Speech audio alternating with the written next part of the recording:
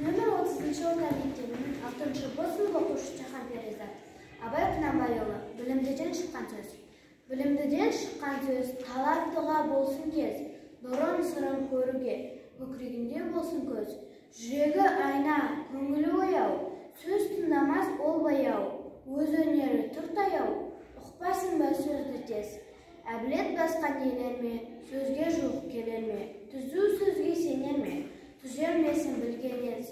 Айтшы айтшылап жағынар, ұққыш жансып шабынар, ұқпай жатып жалығар, оқылы ояу бой тез. Жас баладай жеңіс қой, байлаулы емес ақыл ой, ойла ғана айтпен той, ұжым-қыжым етмес.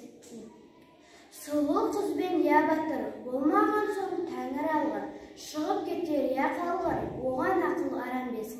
Жақсыға айтсан жаны еріп, оға көңіл шын беріп, дерттің астына ем көріп, неге алтынды десін жес.